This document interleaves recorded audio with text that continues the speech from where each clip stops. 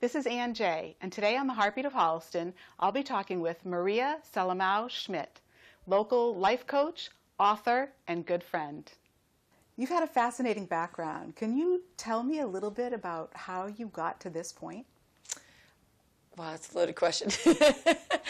I did the good girl route, what I call the good girl route, for most of my life. I was born in Portugal, and I came here when right before I was 4, and just did really well in school, wanted my parents to be proud of me, got my MBA, made my first million by the time I was in my mid-20s, owned a house in San Francisco, owned a house in Boston, was living like the good life, and was totally, totally miserable. And I couldn't figure out why, so I just started working harder because I thought that was it.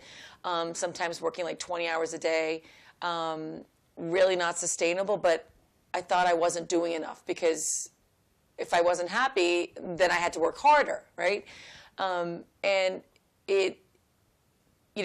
one incident happened one day that blew it all open, and that was I owned my own PR firm in San Francisco, and I was going to Portugal for a month. I did that twice a year, and England and Portugal, and I took back in the day when we had laptops and like it was just you could do different things. The laptops were this big, like big clunky ones, and your phones were huge.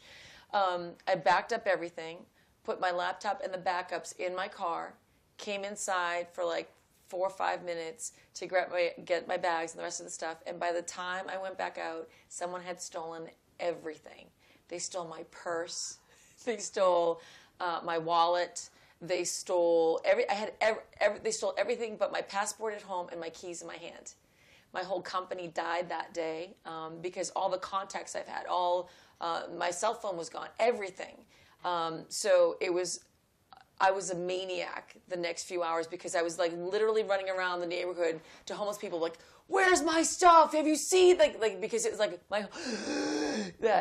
and it was horrific in that moment, but it was the thing that saved my life because I was just on this wheel, on this race of like, I want to be happy, and just slam, not realizing that you got to like ease your pedal off the metal and just see where you're at, like see what your life is doing, what you're doing.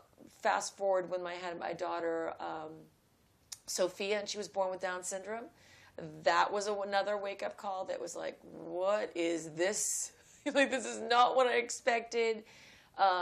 Completely, my teacher has taught me so much about life, and her death just crushed me. It just crushed me. And I have moments where I still ride high on that. Like, I'm thankful for the gift, and I have moments of total devastation.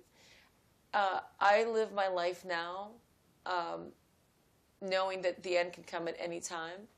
And I live it so imperfectly, but I live it in a way that I want to give back to the world. And this book that I wrote is, it's my gift to the world, and it's my gift to my daughters. I see the world in such an unhappy place, kind of like when I was chasing, and not being full of myself, being so empty. I think all of us are here in the Earth School for a reason, a season, or a lifetime. And it's just like, what are we here to do? Every connection you have is a reason, a season, or a lifetime.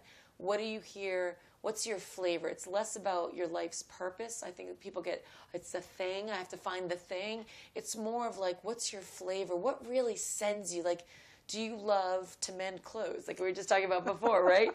Do you love kite flying?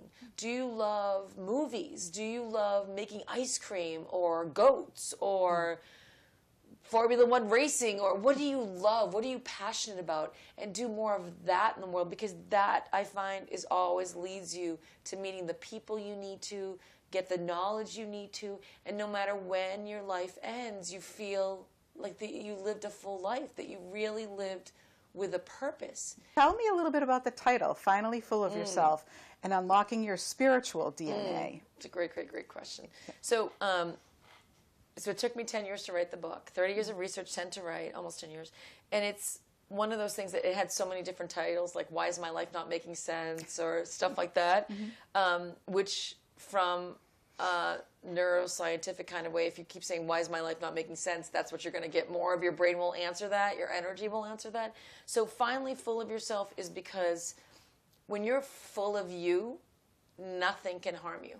So full is also somebody who is super comfortable, like a grandmother that's, you know, really healthy and happy and knows her realm, like loves making something that you love to eat, and they're full, they're happy, you don't have to be like full. It's not like, oh, I'm happy all the time. When I was holding Sophia and she no longer had life in her, there was a difference holding her body when she was lifeless from when she had life. And it's hard for me to describe exactly how, but it's just felt differently. Like, we are that combination. No matter what religious background you have, we know that we have an energy body and we have a physical body. And then the rules and regulations change as you add religion, sprinkle religion on there. But your energy, your physical body has what I call the meat body in the book, because it's just a meat body. Like, at the end of the day, it's just a meat body, and we act like we are the body, but we're not the body. Energy body is something that has its own life to it. The energy body, so I studied chakras, and your seventh chakra is up here, and it flows. That's how you come in and out of your body, your spirit, whatever you want to call it. Comes in and out of your body. I call it energy because it's just an easier way for people to relate to it. When you say spirit or soul, they're yummy words, but how does your spirit feel right now? How does your soul feel? Where is it? Where you have no connection to it. But if I say, how are you feeling right now? I have a saying, feelings are the muscles of intuition. So your intuition hits, your dreams, your ahas all come from this place of your spiritual DNA. Just like your body looks the way it does because of how we eat. I'm getting this like how I eat. Okay, that that and how I move. Okay, but also because of the DNA and how it realized. You mentioned that you've been writing this book for 10 years. I know that it was recently the anniversary of Sophia's passing. Your family must have been incredibly supportive throughout this whole process. Tell me a little bit about that. Yeah. Funny thing about families. So, to be honest, which my mom has been really supportive. My siblings, they're kind of doing their own thing. So in this journey of going after your dreams, sometimes it's the Hollywood. And after 10 years, even Doug was like, hello, how long does it take you to write a book? And actually, I went to Portugal for a whole year so I could have a sabbatical to write it. I still had clients, but my main focus was the book. And I came back with the book and I burned it. And he was like, I'm sorry, what? Because it was not the book. I know your face is like, what? But but it wasn't the book. This is my life's work. This is not a book. This is the book for me. This is the book that I wanted to have Sophia be proud of me. But even the cover itself, I want it to be gender neutral. I love the cover. Right? It's the double helix. Right? Yeah, that whole thing of coming, and it took 2 years to design the cover, just the cover. I'll give you an example of how I wrote it. At the end, each one has exercises or journaling or both. And I had a lot of people read it. About 50 people read it in those 5 years. And someone read it, Jean Kingsbury, who's actually from Medfield. She read it and she said, I love the exercise in the back. You need to do more of that. So I took another year and wrote the exercises in the back and made them really good exercises versus, hey, write 5 things you're thankful for. Anyone could do that.